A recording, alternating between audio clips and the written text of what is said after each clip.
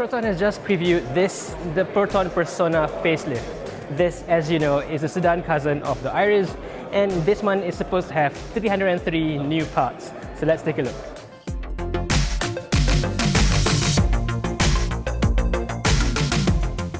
This color is all new, rosewood maroon.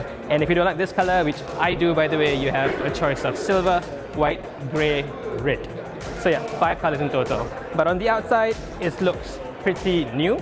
Well, it's still got the same lights, same hood, but the rest of it is all new. Let's start with the grille first. This has a much more pronounced ethereal bow chrome grille, and this goes much lower compared to the one on the Iris where it just goes around the logo. It also has a much larger infinite weave section, and I think it looks a lot more handsome compared to the Iris. The Iris is meant to look more sporty, whereas this is supposed to look, more executive, more elegant, which I think they've really achieved fairly well. At the bottom, there's a whole new front apron, and the thing that really stands out is the piano black section that goes around the LED DRL, which, by the way, is brand new for the Proton Persona. Perhaps one of the Persona's biggest criticisms is its slightly awkward silhouette, or rather weird proportions, where it sort of looks a little bit too high, a little bit too narrow, and with the facelift, they've tried to minimize that effect.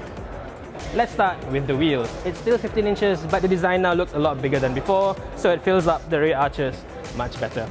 And then at the back here, you've got this black line at the bottom to sort of squeeze down the visual bulk of the car to make it look less bulky, less bulbous. The redesign is also continued to the back with a very pronounced black spoiler, and the full diffuser is now being made a lot wider, especially with this chrome highlight here to stretch your eyes to the side of the car, making it look wider, less tall, less awkward than before.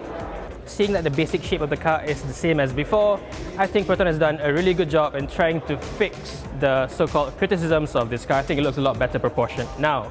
What do you think? Let us know in the comments below. As for the interior, it gets most of the same upgrades as the Iris facelift. That's to say, a brand new meter cluster with a lot clearer dials with a full color screen in the middle. That looks really, really good in this price range. And right in the middle, that's the famed high Proton infotainment system. And while you can't control the windows or the sunroof or the air conditioning functions, you can call out, "Hi Proton, I want to go to Mid-Valley," or "Hi Proton, I want to listen to Radiohead," and the system will look for them. One big difference to the Iris is the use of this half black, half grey color scheme. The bottom half as well as the top half is a different color altogether, whereas the Iris gets a full black interior. This one has a light grey bits here and there. This is to give it a much more airy, much more spacious, and a slightly more elegant look and feel. The seat upholstery is also different to the Iris, with a half leather, half fabric setup here, with this nice insert in light grey, and it's also ribbed for your pleasure. So that's it for the static changes. So now let's take it for a drive to see what's changed under the hood. So we're driving the new 2019 Proton Persona, and a quick recap. This has the exact same changes as the renewed Iris for 2019, and this involves recalibration of the CVT, with Proton working together with Geely, and they're basically putting together both their works to see, certain things Geely did better, certain things Proton did better, so now they've put it all together, and what you get is a much quieter car. The thing about the Persona is it was launched in a much better state compared to the Iris. The 2014 Iris was really loud. The 2016 Persona was launched, with a lot of improvements together with it. It had the newer exhaust system, it had the newer engine mounting system. So right from the start, it wasn't as bad or anywhere near as bad as the Iris. The only thing that was, that held it back slightly was the CVT drone a little bit and the CVT response. And both of that has now been made better. The response is a lot quicker now. There you go. As soon as I planted my foot down, the car responded very, very quickly, and the car just jumped forward. And as for the CVT drone, there's a lot less now.